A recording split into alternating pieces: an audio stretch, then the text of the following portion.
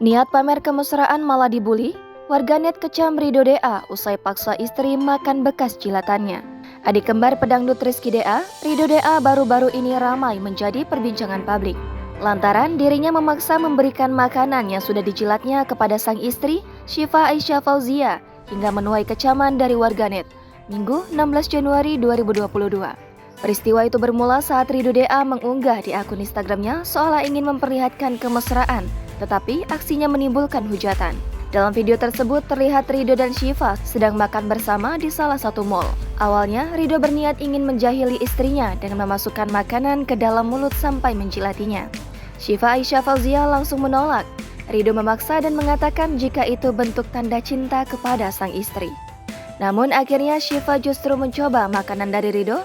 Spontan Syifa menunjukkan reaksi mual dan mengatakan jika mulut Ridho DA bau. Sementara itu Ridho tertawa melihat istrinya. Sontak unggahan tersebut menuai kecaman dari warganet hingga banyak yang menuliskan hal tersebut tak pantas memperlakukan seorang istri seperti itu.